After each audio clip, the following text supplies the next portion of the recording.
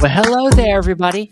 Welcome back to another installment of the Unwatched pile. Oh, you can see Andrew's got a pile right there. He's pulling stuff off. I There's know. an actual pile in one of the. Oh wow! Yeah, things Man. are stacking up around me. Next I'm thing you know, you're gonna be I'm like like doing the show like through like just this little box of like exactly. movies beside us. Yeah. Exactly. I'm gonna be like, how people like lounge on their throne of gold. It's gonna be me lounging on my throne of Ah, Blu-rays and 4Ks. yes. Kind of like that image of like Game of Thrones, like somebody on the Yeah. throne, just Yeah, like my throne will be made out of discs as opposed yeah, to yes. swords. Yes. You could break a disc in half and it would probably be pretty lethal. I Um, know. It break my but heart though. yeah, I'm sorry. My third copy of Lord of the Rings: Return of the King, my 25th copy. That reminds me when the Citizen Kane first came out from Criterion and they had to send the replacement discs in. They wanted people to break it. And Mm, I'm like, I couldn't do that. why? I don't know. It's Dumb. kind of weird That's the for me. only time I've ever heard anybody ever do that. Ask Yeah. for us to break discs. I don't know. But we're back again. Once again on the Unwatched pile. This is I think the 16th episode and my favorite number. Nice. And if you've never watched or listened to this show, it is a show where we dive into our collections, pick things, and this isn't everybody, but a lot of us collectors like to buy things we actually haven't even seen because we're collectors. We just like to gather things. And so, we pull stuff out of our collection that we haven't seen, we watch it, and we give our first impressions here. But along with that, and maybe this isn't how everybody else thinks, but for me, when I'm watching something new for the first time, I sometimes think, man, that kind of makes me feel like this other film or it would make a good pairing with this film. And so that's what we do here. We watch a movie, we give our first impressions, then pair it with something else in our collections to give a nice little double feature. And as always, we tag along a guest and part of the rotation coming from Australia. He's in the middle. It's in the middle of tomorrow. He's coming from the future, of course, as always. Tony Michas. How you doing, man? I'm good, thank you. Thank you for the invite. And yes, it's now 11:08 a.m. on Tuesday morning. So yes, I am in the future. Nice. Hope you both are well. Well, you tell us. I don't know. Check on us. But yeah, it's great to have you back, Tony. Tony's always, I think my favorite thing about Tony is he's got good energy. And he's got the good positive energy that I like. Thank you. But I don't think we get enough of in the film community. So yeah, always good to have you here, Tony. Of course, he's always got the good backdrop. He's got movies just like all of us, crazy collectors. Yeah. I must, absolutely. I'm just shocked at the fact that this picture next to me is like nearly 7 years old. God, I've aged terribly. Hey, it's the only one you ever give me. You always give me the nice young one. Ones. I know, that's true. I gotta give you more updated ones for sure. Yeah, it's you look good, man. You look either way. It's okay. It's okay. Just it's always good to actors and people in Hollywood. They're always showing off their best image. Yeah, that's true. It's your IMDb profile picture, basically. Yeah. It's stayed up for many years. Yeah. But awesome guys. So Tony, how's everything going in the pot? I know, of course, if you never met Tony on here before, he does the Imprint cast. He runs that, and he also co-hosts with John Matthews over at the Indicator cast as well. How's everything going over there? Well, it's going very well, actually. We're having a bit, trying to schedule guests to do certain episodes is always difficult, but I know the November Imprint announcements were announced like nearly over 2 weeks ago, but we are going to record that very, very soon, actually. So awesome. We haven't forgotten. We're just waiting for the right guests to join in to discuss the certain titles. But, sometimes these things are unavoidable. Like, if you want the best people to talk about them, you just have to wait a bit. But that's wait it. A little bit. Yeah, that's good, man. Yeah, we know all about guests. We know all about guests. We used to do it all the time, and got a little burned out of doing that for a little while. Yeah, so, I know John. I know John wanted to be involved in this episode as well, but he's just a bit busy himself. So yeah, we were talking, and he's shooting that he's doing all that documentary stuff, which we're super excited about. I told him I was like, we're gonna have to get you on Chasing Labels to talk about his adventures.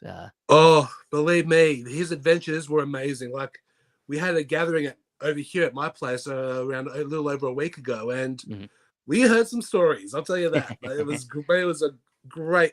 It was great seeing him again. Great to have him back. And yeah, I just can't wait to see the final product of his documentary. It's going to be amazing. Yeah, it's honestly, it's one of them things I think I've even brought up to Andrew before. Like, we need a good physical media document. Here it comes. Well, Here we go. because I think the physical media world, excuse me, has been changing so much over the last several years. It feels like we need a new, like, updated version of what's going on. You know what I mean? Because the formats are changing, the boutique labels keep changing in terms of us getting new ones. And then old ones are upgrading to 4K, and then they're distributing all kinds of new movies from different places that we've never seen before. So it's constantly changing now. You know what I mean? Trust me, being here on Chasing Labels, it's hard to keep up with all of it.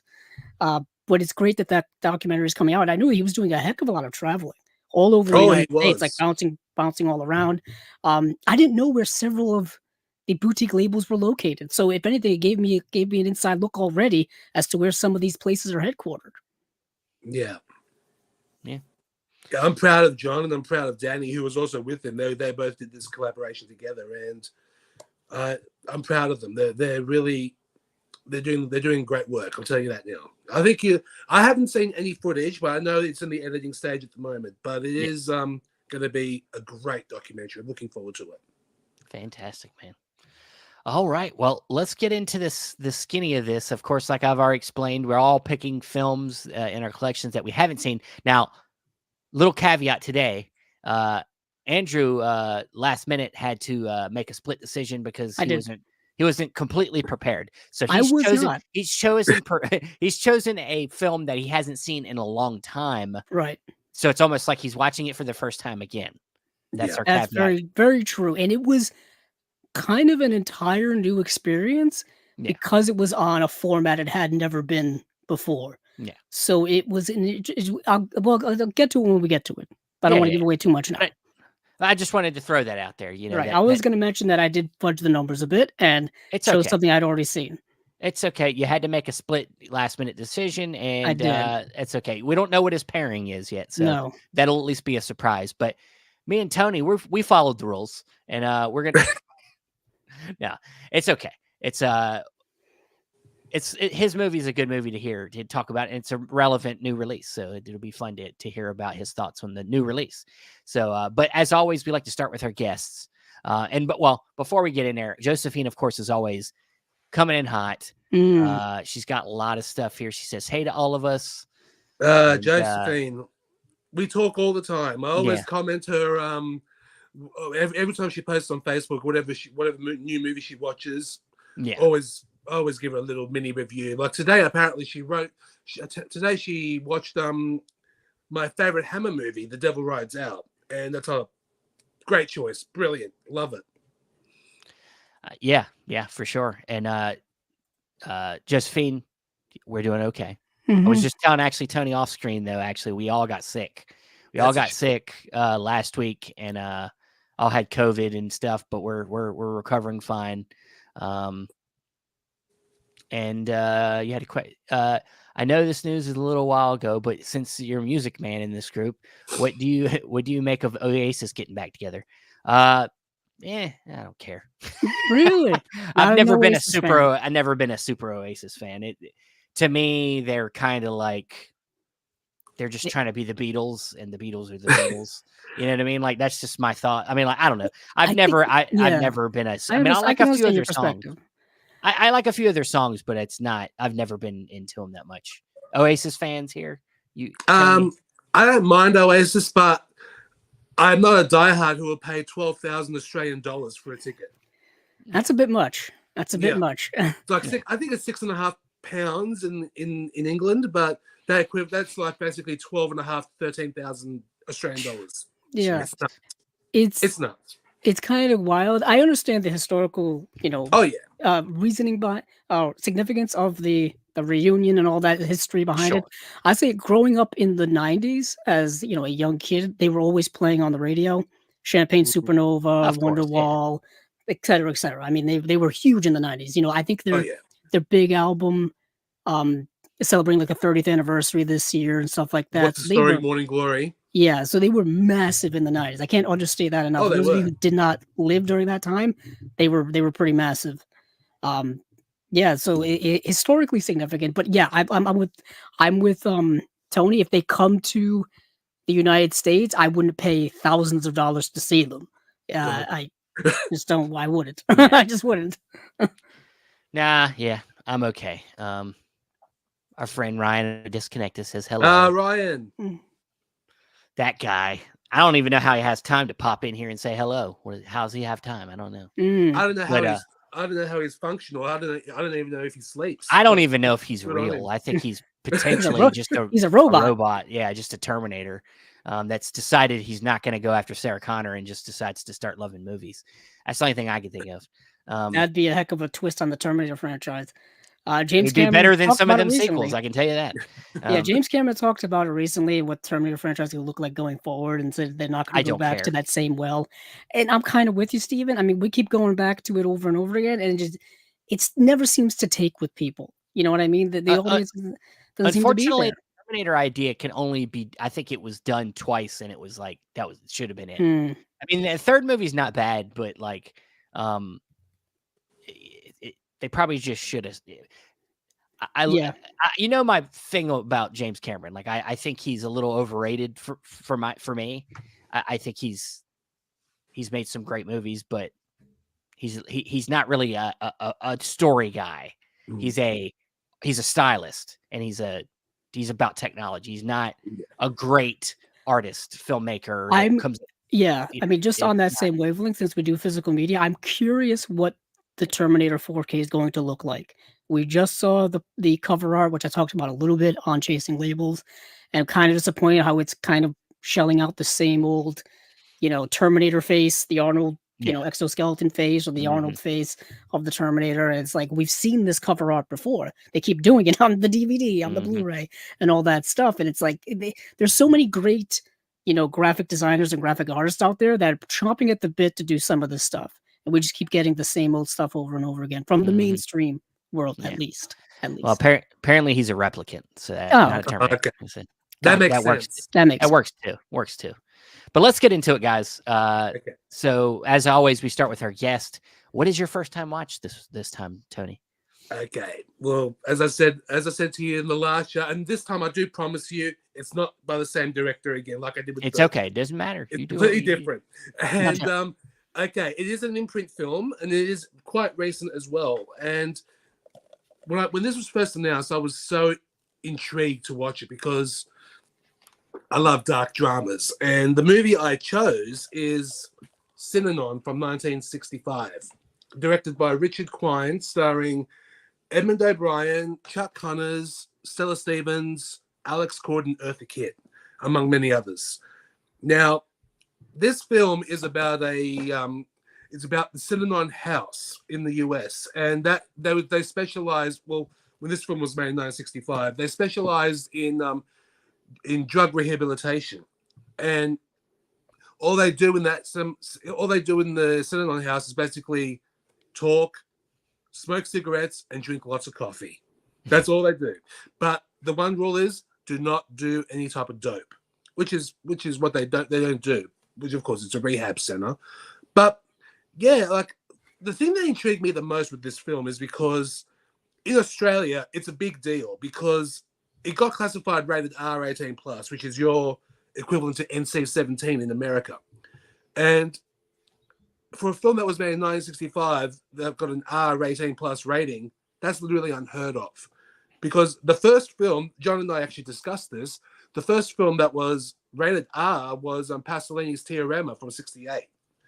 But this was released 3 years earlier, and it was just incredible what they got away with. But with this film, it's basically about this heroin junkie named he has a really really weird name. Here we go, Zanky Albo, played by Alex Cord. I know a Zenki. I know a Zenki. Oh, you do? I never heard it before. So yeah. No, I'm just kidding. Yeah, it's my neighbor, Yeah. Zenki. Oh, okay. So yeah, he's going through heroin withdrawal, and he goes into the Synanon house, and they just want to change his, of course, make him feel better. But the way they make him feel better is he has to have a haircut, shave his mustache, talk, drink lots of coffee, and smoke a lot of cigarettes, and play music or whatever. But it is interesting the fact that while he's in there, he sees an old prison inmate that he was with, played by Chuck Connors, and he's apparently how can I call it, the guardian angel of the Synanon group. But then he falls in love with this girl. I forgot the character's name, unfortunately. Joni, I think. That played by Stella Stevens. I gotta admit, she looks so stunning in this film. I don't know if you can see right here. She looks stunning in this movie, definitely. And yeah, Zanke falls in love with Joni, and then what happens is instead another addiction happens, sexual addiction, basically. So instead of heroin, it's basically sex addiction, and then Zanke just decides to go back onto heroin and just go and leaves the Synanon house. But what's fascinating was Joni wanted to do the same thing. Like, she wanted to follow him because she actually did fall in love with him. But yeah.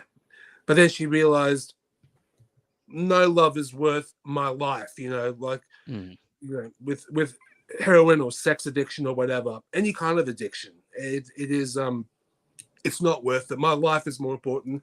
I have to do this for my child. I have to do this for my marriage and everything. So yeah, this film, I gotta say, for a film made in 1965 about drug addiction, and there is a scene in the movie that actually has a graphic depiction of heroin injection, which I'm very surprised at, especially for 65. And yeah, I really liked it. It's definitely, I know it's another depressing film like I did last time, but it was a really good one. Very, very not what I expected from Columbia Pictures. But the best thing about that was this movie was actually shot inside the Synanon house, the actual Synanon house, which is amazing. But then after Synanon came out, I believe they changed ownership in the 70s. And there was an HBO documentary called The Synanon Fix. Did the cure become a cult? And apparently from the 70s onwards until its closure in the 90s, the Synanon house basically became like a reform for, vasectomies for males. Women were forced to have abortions instead of being the actual reason for the place, drug rehabilitation. Yeah, that's what it was. But now it's closed. But I know there is one Synanon house that runs in Germany. That's what's going on now. But yeah, Synanon, I highly recommend it. But it is not for the faint of heart. Well, it's not that bad, to tell you the truth. But for a 1965 heroin film, yeah, it's pretty. It's got heavy themes. It has heavy themes. Yes. Yeah. All right. Yeah, I like that's a genre I like to dip my toe in every once in a while. I like some of the Eloy de Iglesia films, the kinky films. Them have some drug addiction movies, like it was like is it El Nero or something? I can't remember what it's called, but there's a couple like movies that are in that realm of drug addiction that he did in the kinky film set from Severin. But Andrew's trying to think of what they're called. I could see it in his face. Is it? I keep getting Eloy and Alex confused. So yeah, Alex is the one that does the Day of the Beast. Gotcha. And Eloy did like Cannibal Man and he did two different people. Yeah, two different people. Are you talking about like Pals and he did Pals. He did like I said, the kinky films. It's like a 3-film trilogy that Severin put out. I can't think of it. There's two. There's a like Hidden Pleasures. No, okay. You're looking at something else. Let's move on from that. Well, if you go onto the IMDb, most of his filmography is in Spanish. Yeah. Or is it Portuguese? No, I think it's Spanish. Either way, but we will move on before I get Yes. caught up in this. Yeah. We don't want to go down rabbit hole, but Ryan wasn't surprised by your choice. No, you shouldn't be surprised from me, right? Come on. Yeah, Imprint's Yeah. been doing a lot. Well, lately. yeah, I mean, somebody's got to rep him, like Yeah. he's if he's doing an imprint show and he Yeah. doesn't show an imprint selection here, then it would be kind of weird. Very he needs true. to represent. You I never mean- know. I might do one next time. That's not an imprint title, so you never Hey. know. Well, You now do it- that do what you Imprints, feel. for those of you, I guess, who don't know much about Imprint, they are 360 titles into their line at this point or more. Yeah. It's a lot, and now they're getting into 4K, which they just announced their first batch of 4Ks a few weeks ago. That was big news. That Yeah, that was monstrous. Yeah. It was that entire month for November. Yeah, that's a great expensive month. expensive month. Yeah, I know it's gonna hurt everybody's wallets, especially one title in particular. The movie that traumatized everybody as kids in the 80s. So Yes. yeah, that's The definitely never-ending story. Yeah. But it is a gargantuan set. We talked about it here on Chasing Labels in a monstrous episode a few weeks ago.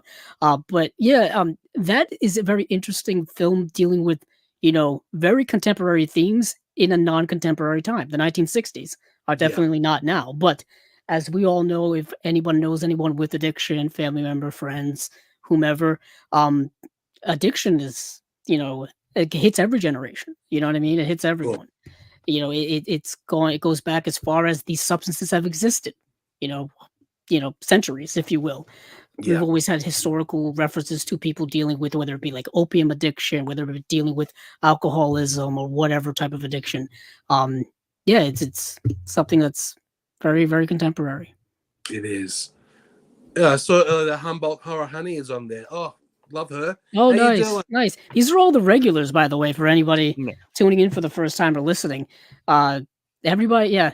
Tony's one of the regulars too. So, like, even though he's not in the comments, he's here in person. I So always it's like watch. double works. I always watch because I'm Yeah. also working because I work from home and I Yeah. do watch and I do watch in the background. If I'm not replying, you know why? I am. Yeah. I'm Oh, working it's from home. fine. I think I tell everyone who's listening, it's like I always thank them for all of the, if you're listening now, you're listening later, whatever, audio, visual, all the support is welcomed here.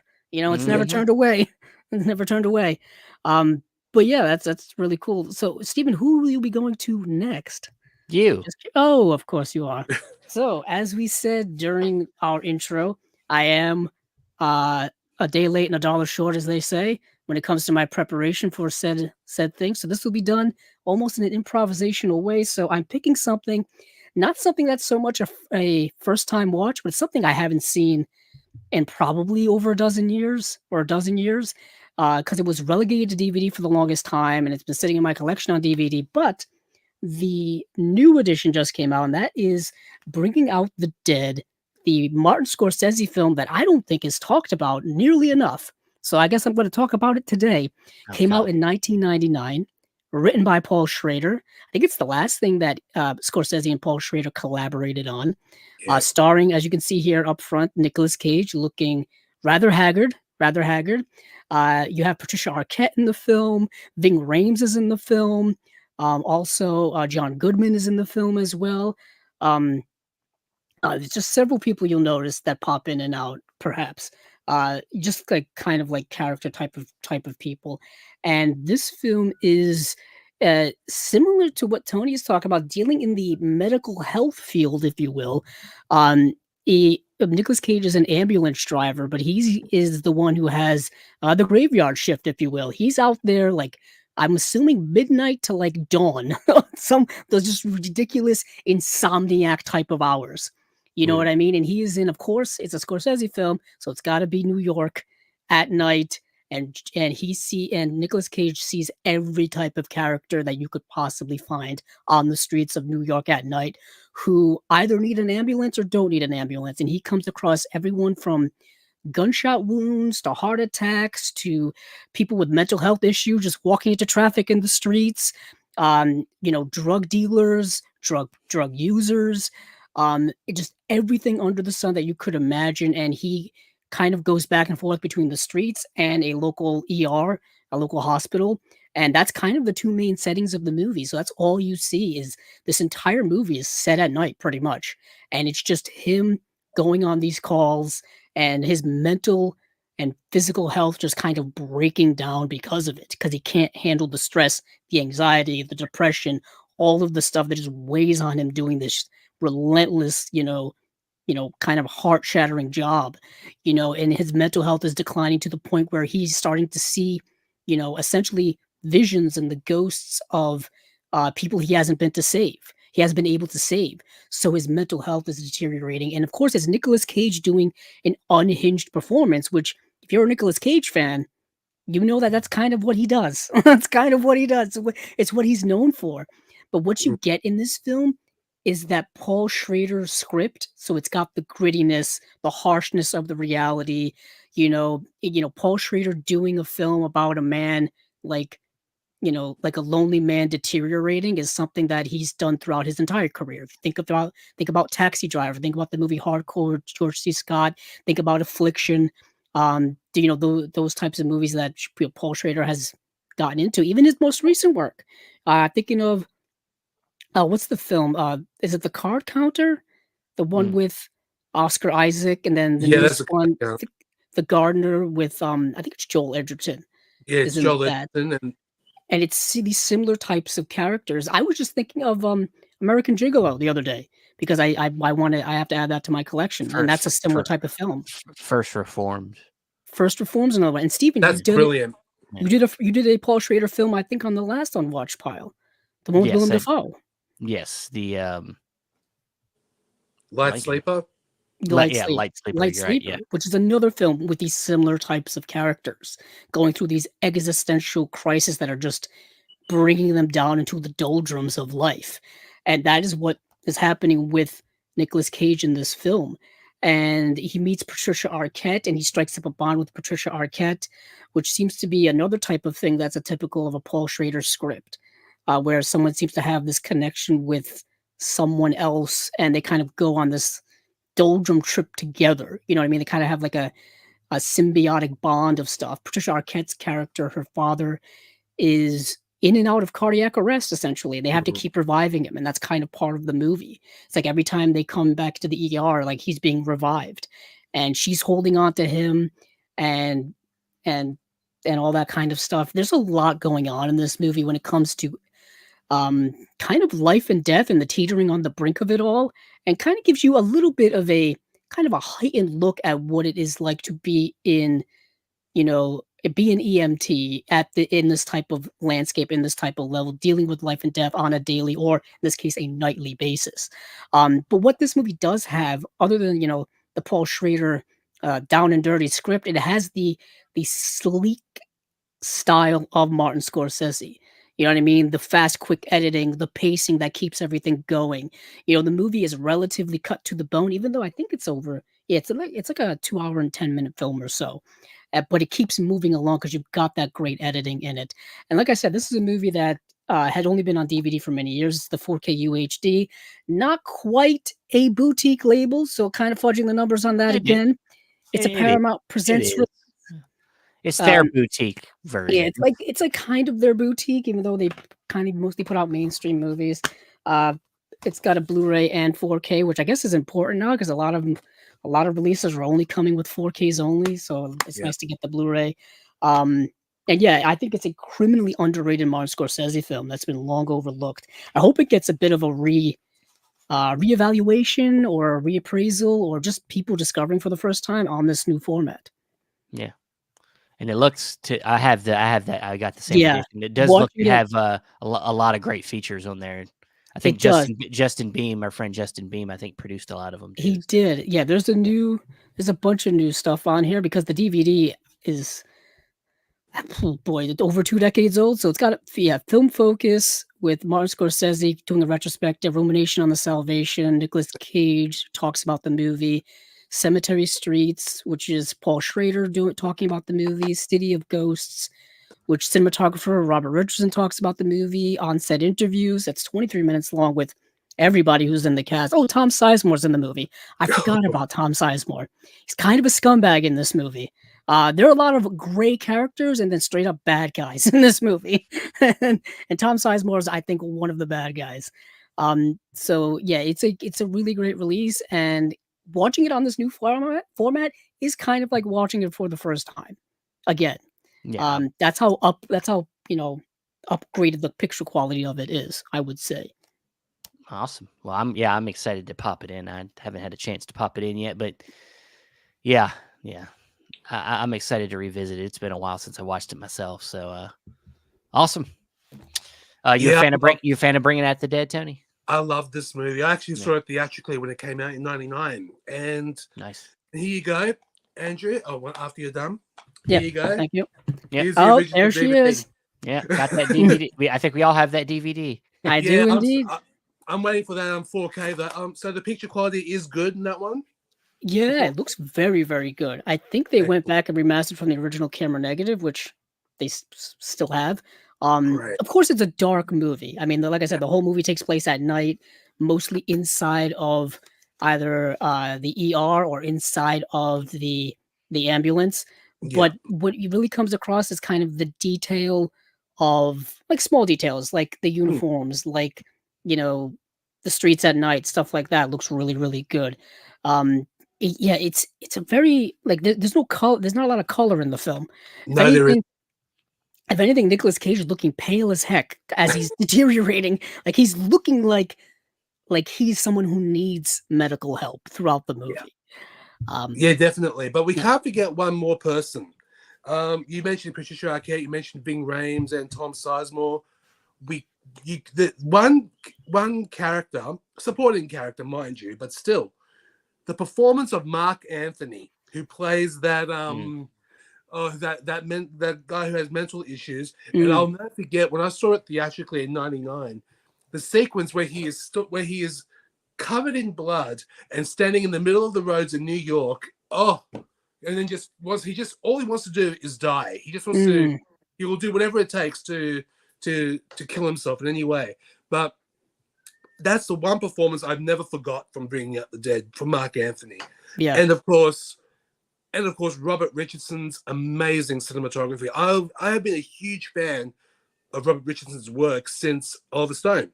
He worked with Oliver Stone a lot back in the 80s and 90s. And of course, probably to me, his best Oliver Stone film that he was a DP of was JFK. That he won the Oscar for that. That was his first Oscar win. And ever since then, I just love how Robert Richardson's camera work looks in the film. It's incredible. Yeah. All right. Well, that's Bringing Out the Dead. Can't believe it took you so long to watch that for the first time, Andrew. I know. Oh, geez. So, I was, as I said at the beginning of the show, I was sick last week, so I didn't have a lot of time. And then just like the time that I've had has just been with family trying to take care of each other. So I had to pick a quick pick myself, and only had like today to watch this shit, to watch this movie. I had today.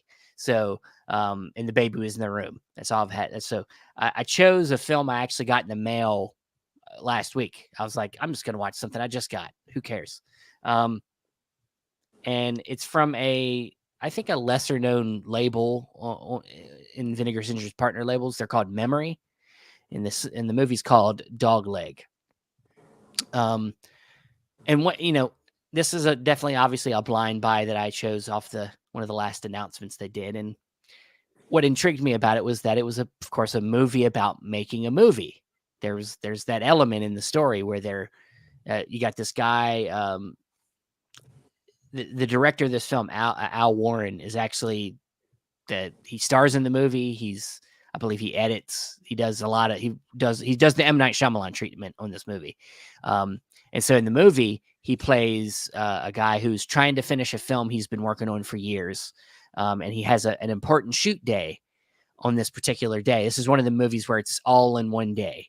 And at the beginning of the film, his fiance, is about to leave town for business, and she asks him to watch after her dog, who is very important to her. She's very close to this dog. So he's supposed to, he's got a whole list of things he's got to do this day leading up to the fact that he has a shoot later that day.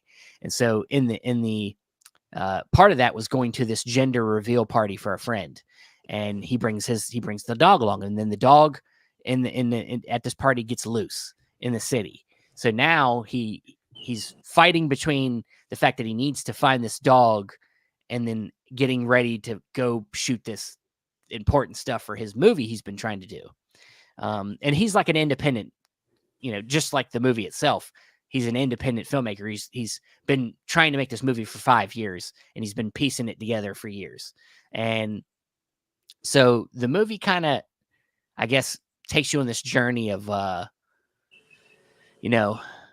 self-discovery of like figuring out that everything's kind of out of your control. I mean, that's the way what I took from it, watching it for the first time, is that he's figuring out, that everything's kind of out of his control. He as much as you can plan for a movie, as much as you can plan in life, things are going to happen and things are going to be out of your control. And you can either embrace that or you can, try to fight it, and that doesn't always, work out for you when you're resistant to every, because it just makes you negative. It makes you always a negative person, and people don't want to work for negative people.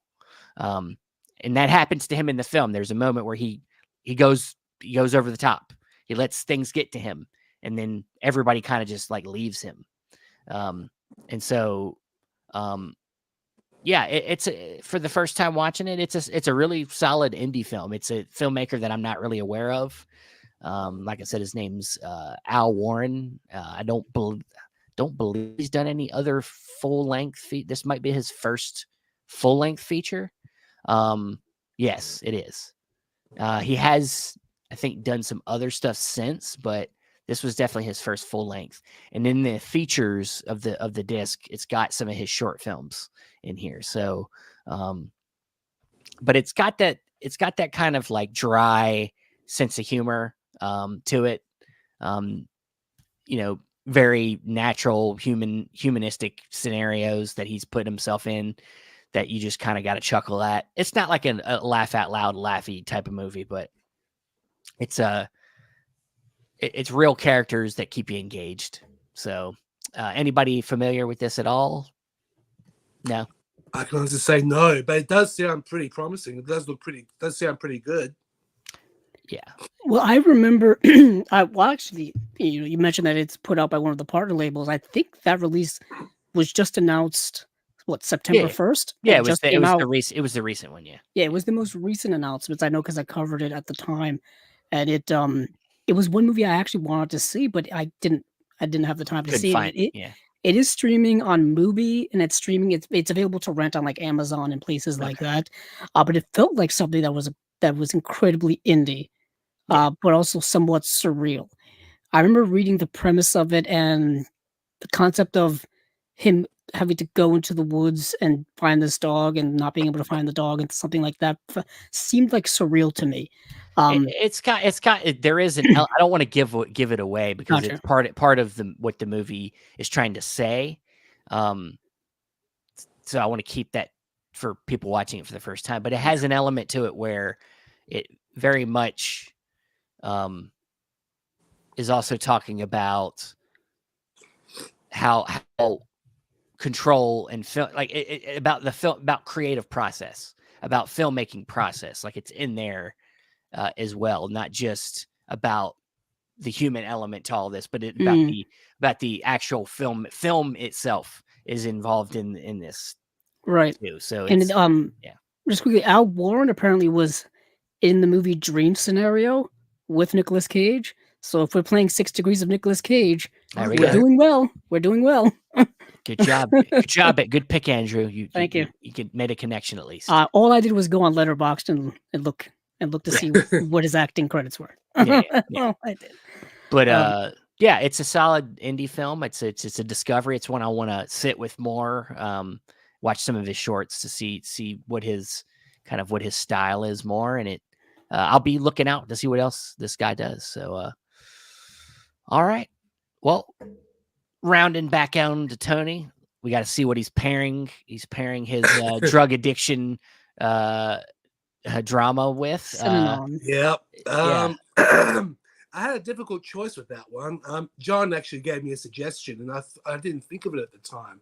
I thought that would have been the perfect pairing, but I decided to stick with my one.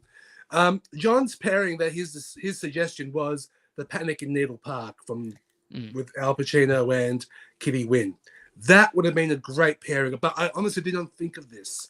So my pairing is the 2000 cult masterpiece, Requiem for a Dream. That's what I was thinking That's a of in good my one. head. Yeah. I was thinking that. I was also thinking of what was that? The Man with the Golden Arm.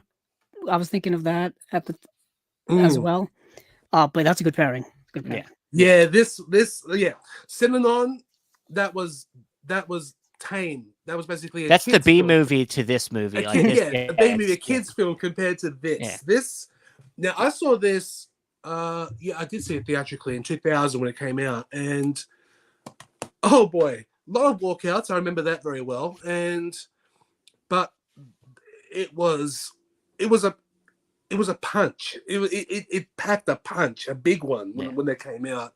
And I saw it again on VHS. But mind you, the theatrical cut was censored. But with this director's cut, it's completely uncensored, and it really disturbed me even more. But yeah, this film is basically another drug film, but it's a very extreme one. Like, you know, but Ellen Burstyn plays a mother named Sarah Goldfarb, who has a son named Harry. Harry's girlfriend is Marion, played by Jennifer Connelly, and of course the son's played by Jared Leto.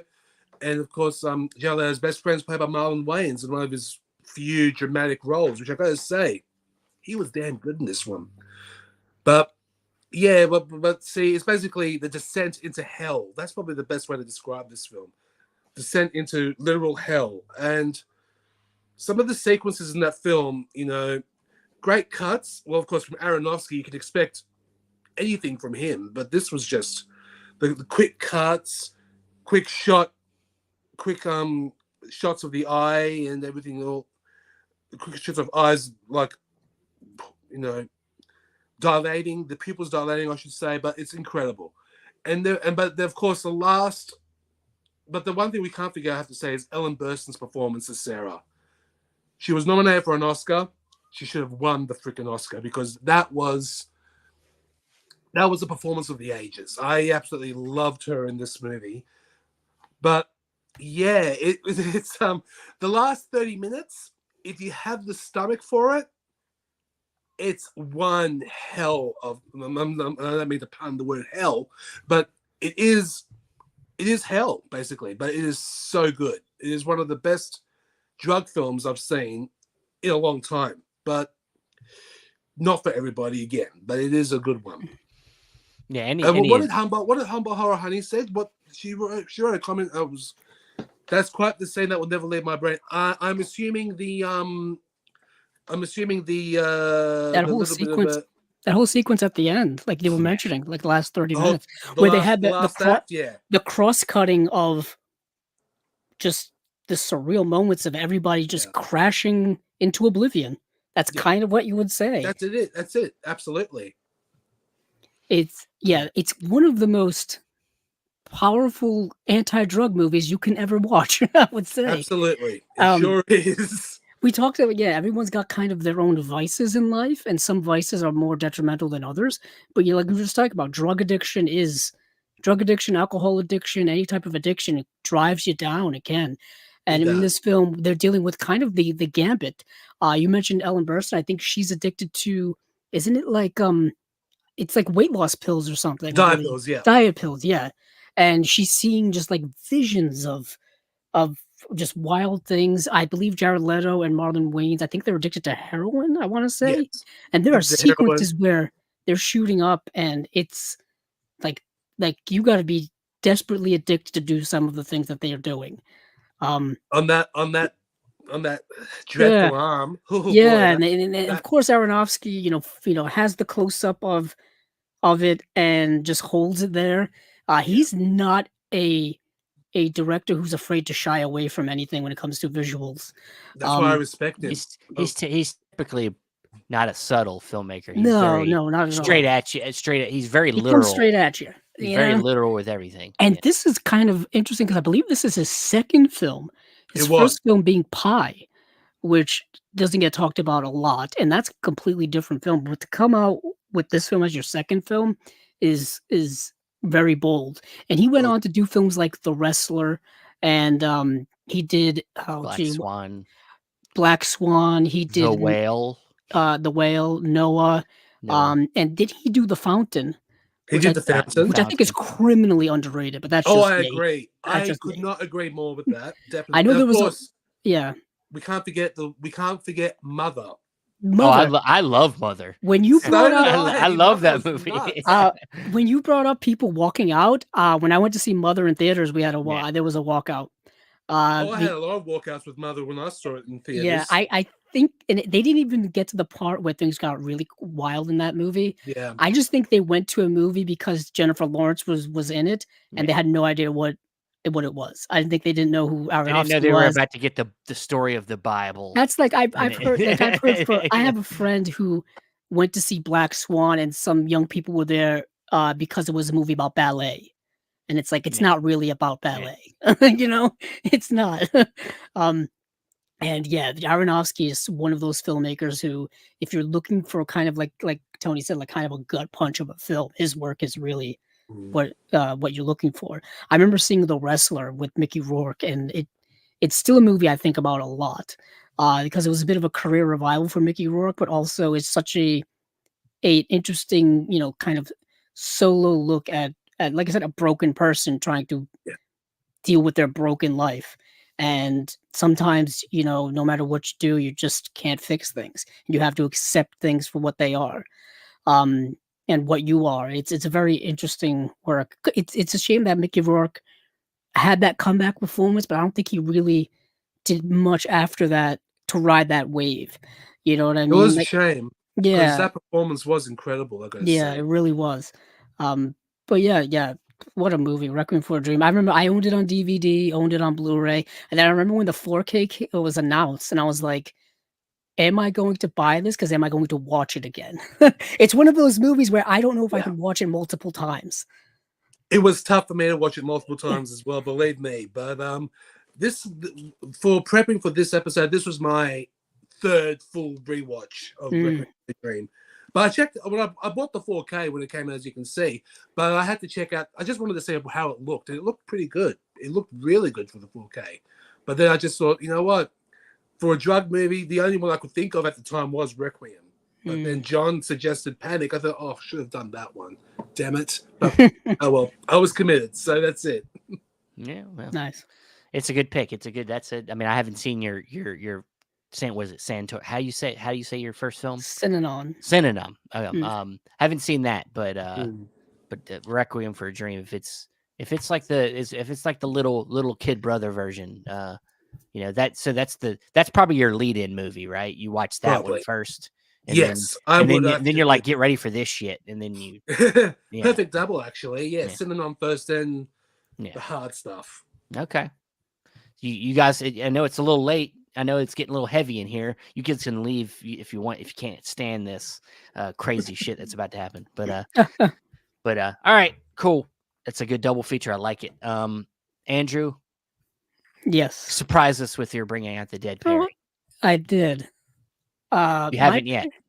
My pairing, like I said, this was done very improvisational. So I don't know. I just grabbed this off the shelf. Here we go. Hmm. Leaving Las Vegas. Wow. Nicolas Cage. More Elizabeth Nicolas Cage. Shue. Directed by Mike Figgis, who is a name I know many of you probably don't remember or know of, because this is kind of one of his, actually probably the claim to fame of movies that he's done in his career. But I remember early on in my movie collecting, movie loving life that I read his book about filmmaking called Digital Filmmaking. And a book that's probably out of date by now because I think it was written in the 2000s, and obviously filmmaking on an indie level is vastly different now. But anywho, this is Leaving Las Vegas. This is the film that Nicolas Cage won his one and only Oscar for. I believe he was up against Sean Penn for Dead Man Walking. I think those were the two kind of heavy hitting performances of that year, which I think was I want to say 1995. Yes, 1995. And this is a movie similar to what's going on in Bringing Out the Dead. Is literally about dying. In the sense that um, Nicolas Cage's character takes a trip to Las Vegas where he's going to drink himself to death because of reasons. And you see him slowly deteriorate due to alcoholism. Basically alcohol poisoning that he's doing to himself constantly, relentlessly throughout this movie. And he just has no desire to live anymore.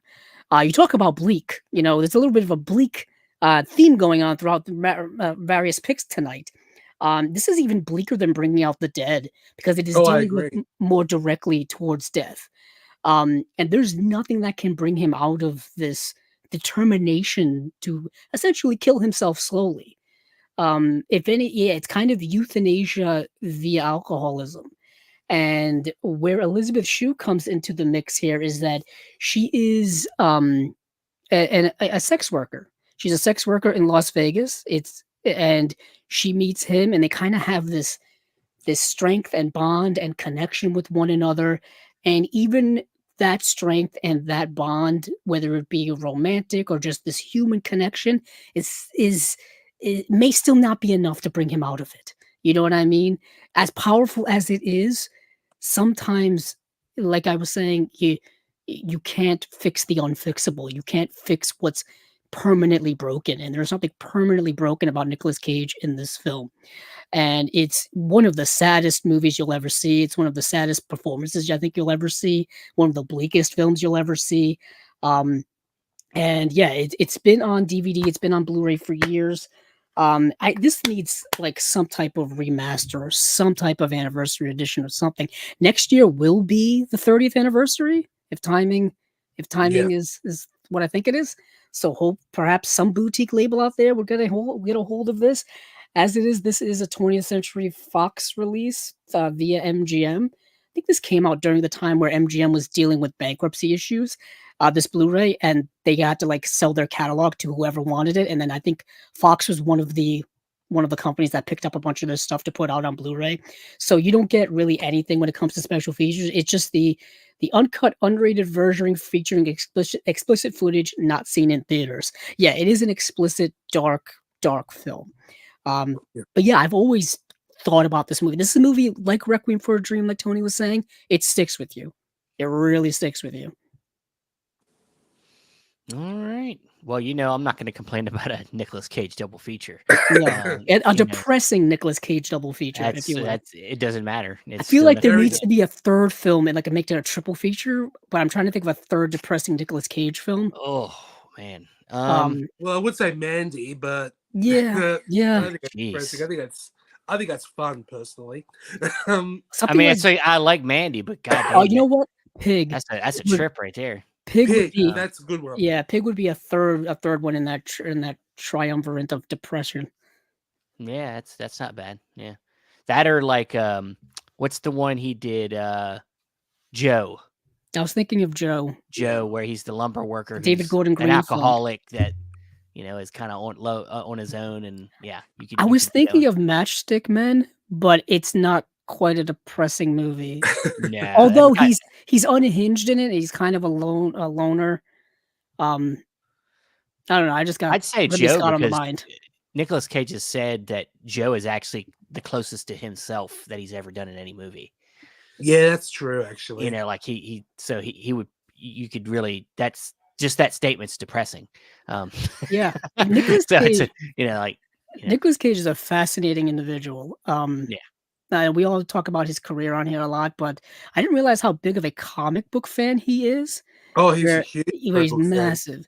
I saw videos of him at like a comic book convention, just like talking to fans, like picking out comics from a vendor and just like showing them. And then like some of the comics he had in his hands are like $1,000 comics. So I'm guessing Nicolas Cage can afford $1,000 like first appearance of Iron Man and stuff like that. And it's just like, and he just like everyone's gathered around him. He's just talking about, oh yeah, this is that. It's like he's a fascinating dude. Now, before we get off the Nicolas Cage thing, I got to say one thing. one of my recent purchases. Long legs. I There still you haven't go. seen. I still haven't seen it. Long I've yet. seen it, and I think It's so I good. talked about it Yeah. on here, and I thought it was. I think it's brilliant, and he's It's great. as And unhinged as you can imagine. I can't wait. yeah, definitely unhinged. I think it's. I personally believe. Well, I'm not kind of. I'm not. I'm just. I'm going to discount Leaving Las Vegas because that performance was incredible. This one, Longlegs, was definitely one of Nicolas Cage's best performances, in my opinion. He played a serial killer so well, but I know the movie is not for everybody. No, not a lot of people. It was very divisive, Yeah. but it's. I'm great. excited to see it, man. I'm excited. Yeah. To see You'll it. love it. I'm telling you now. I think you'll like I it. forgot that. I'm glad you actually brought that up because I forgot that's come out already. It seems like the theatrical to home video release time frame is so short these days that you almost It can't even is. keep up with it. Like I felt like I Yeah. just saw Long Legs the other day, and it's already out on Blu-ray, out on 4K for us to Yeah. consume at home. So short a window. Yeah. All right. Well, now I got to come up. I guess out of the three of us, I have the least depressing movies. Well, we need some fun. Yeah. Yeah, Doglegs kind of. I mean, it is a kind of a indie, like kind of like I wouldn't say. I guess you could say mundane in a way. Like it's a very naturalistic type of movie. So it's not trying to be pizzazzy or anything. So it's definitely very naturalistic, which is why I chose the film I chose with it. Because to me, if I'm gonna, I could have gone a couple different routes because this film has a couple different elements I could have honed in on. My first gut instinct was to kind of go for the movie Living in Oblivion because it is about a film being made and like the things going on around the film being made. But I think I've already used that as a film in a double feature before. So I didn't want to pick something that I already used, even though it's a different pairing. Then my other thought, because there is this element of kind of like going around and kind of stumbling upon random people, kind of this after hours kind of vibe in ways. I almost went that route. But the After Hours has got a more straight up, a more comedic tone than this movie even has. So I wanted to hone in on that kind of randomness that and that indie vibe that I think this film matches up way better with, and especially the naturalisticness of everything. Yeah. And that's Richard Linklater's Slacker. I think is a good pairing with this. It has the very similar vibes. And I think that what this film can convey, is what it conveyed when it came out, which is that this, at the time, this was like kind of different, this movie where there's not necessarily a narrative structure and it's just literally following people person to person and just hearing their stories. And that's the type of movie that I think the character in Dogleg is trying to make. Right. He's trying to, because in the movie he's making this movie and they're all kind of like the parts he's filmed already are like these vignettes. They're these kind of disconnected shorts that he wants to kind of weave together. So in a way, he's making these very random things. And like I said, I don't want to spoil how the movie unfolds, but by the end of it, you get this idea of this like kind of randomness that all the scenes end up being very random, but they're also together. They all work together. And I think this is an example of the kind of movie he was trying to make, is this very naturalistic human film. And I think that's what Slacker is. Richard Linklater, made this movie for like $23,000, like nothing. And it's just a bunch of people just living their lives, and you're meeting all different types. And it's in Austin, Texas. And you get it. It's all about vibe, and it's about, kind of getting a real glimpse at people's everyday lives. So I think that this would, once anybody sees Dogleg, you might feel the same way, hopefully, that I do about this pairing. But I know you're a fan, Andrew, of Linklater and Slacker. But Tony, are you a fan? I am. I think Richard Linklater is one of the a really great independent filmmaker. Like Slacker is, I haven't seen that in years, mind you. I have it in my collection, but I have not seen it in a very long time now. Yeah, but now thinking about it, you are right. That does make a good pairing with Dogleg for sure. But my favorite Linklater film, I have to say, it'll always be School of Rock. I've always loved. I love I how fucking love School Rock. Yeah, I love how I he can went to. I can do independent for the I me can was do the his- movie for you. I've seen it so many times. Yeah, like the thing that impressed me about Richard Linklater was he did it his own way. Like he never went to film school or anything. He just wanted to make a movie, and he did, and it was amazing. And he's really good at that. And but even with School of Rock, you know, that's a big Paramount Pictures studio film. I'm just glad that they made him do it his way, which is fantastic. And that's one of those where I love it. But Winkler has made some really good films, but I haven't seen his new one from Netflix. I'm still out of date with that one. But yeah, he's made some great films, and I really enjoy. I love his audacity in some of those films.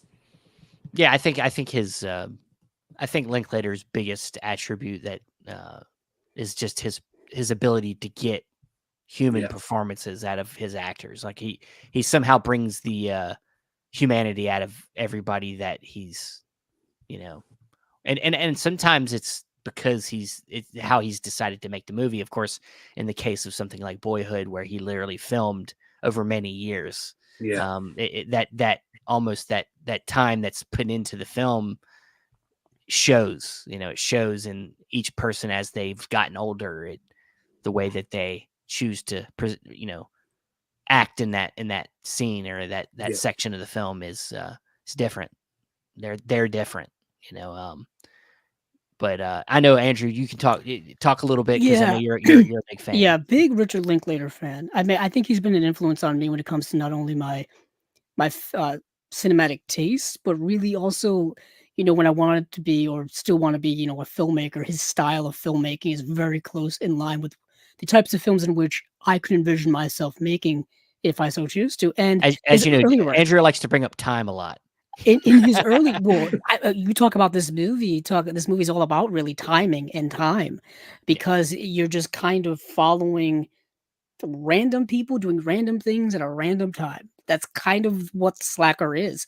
And it's also kind of about this idea of slacker culture, in quotes, where this kind of slacker culture basically not doing anything. That's kind of what slackerism is, if slackerism is a word. You know, It is now. Yeah, it's you know, that term is not really used a lot now. I think they just call people lazy, which is the easier term. But this idea of slackering and just kind of not doing anything significant. And what's interesting about this movie is that everyone you follow and everyone you see for this small amount of time aren't really doing anything that's significant in any way. It's just people like walking down the street having a conversation, walking in a bookstore having a conversation, driving in a car, getting picked up at the airport in a taxi. You know what I mean? Like regular things.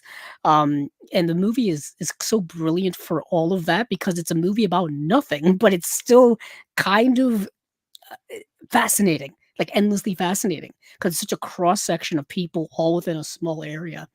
But when it comes to Richard Linklater, of course, you mentioned Boyhood, the Before trilogy, before Sunrise, before Sunset, and Before Midnight are, you know, I think staples when it comes to a lot of people's personal favorites. I know, in my opinion, they are. I think he has criminally underrated movies in his filmography as well. Me and Orson Welles still stuck in DVD land. I would love a Blu-ray of that at some point. Thank you very much.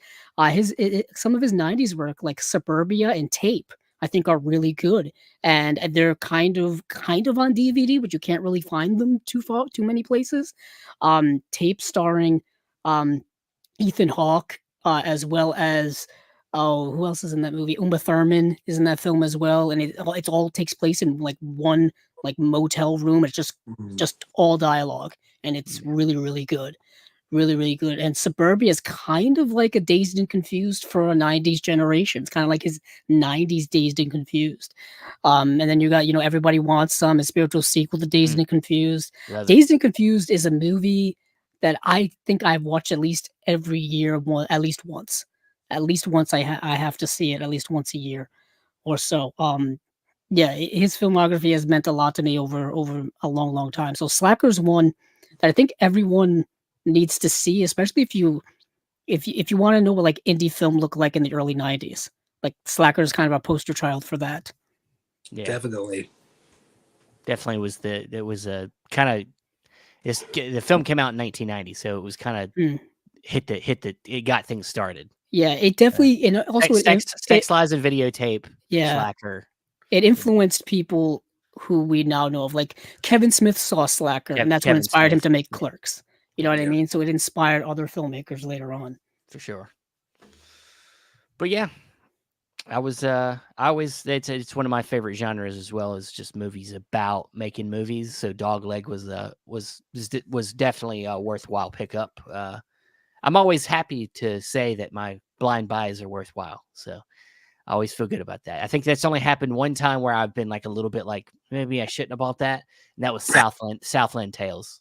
That was the only one I was like, Right. Yeah. I can see why. Yeah. But all right. Well, that is it for this installment of the Unwatched Pile. Tony, thanks once again for joining us, man. Andrew and Stephen, thank you so much for inviting me. And anytime if you want to, if you'd like to invite me on again, I promise I'll try and make the next one a non-imprint title. You don't have I'll to, do what I can. dude. You do what you feel, man. Just don't do what Andrew did and forget. I That completely be honest with everyone. I completely messed up the forgot. schedule in his yeah. Just don't do Yeah. that. Just don't do We'll be that. back. Don't do what I do. No worries. Mess up the schedule. Yeah. But yeah, as always, it's just always good to have an excuse to watch something new and chat about it. So and of course, as always, everybody that's hung with us and watched, thank you once again. And thank you. We're glad you enjoyed the show. And I think everybody else either went off and I know Ryan said he was having a movie night of his own, so he left us. Probably watching Requiem for a Dream. Yeah, I would. That's what I would be watching with my family. Yeah, that's not a family movie. Yeah. No, of course. But, Got that for a second. Yeah. But thanks everybody for watching, listening. This will be, of course, on audio format as well. And of course, check back here on the Chasing Labels channel. This coming Monday, you have Chasing Labels with Andrew, who will be here to update you on. It will either be it's probably going to be moved. The next episode of Chasing Labels, which I think is episode 149, probably be moved till after the 1st of October. Right? Wednesday, right? Yeah, just to give me some time to go over the Vinegar Syndrome and the partner label stuff, which is dropping on that Tuesday, actually. Yeah. So I want to include that into that episode just to have more things to talk about and not wait 2 weeks to talk about stuff. So that will be then. And yeah, please tune in for that if you indeed have the time. Well, that's it, guys. Thanks for listening and watching. And hey, dude, it's getting late, guys. If you're gonna get a movie in, you better get it in now. I know, Tony, it's the middle of the day for you, so you're fine. But here in the U.S., it's getting late, so get the hell out of here. Watch the movies. Have a good one.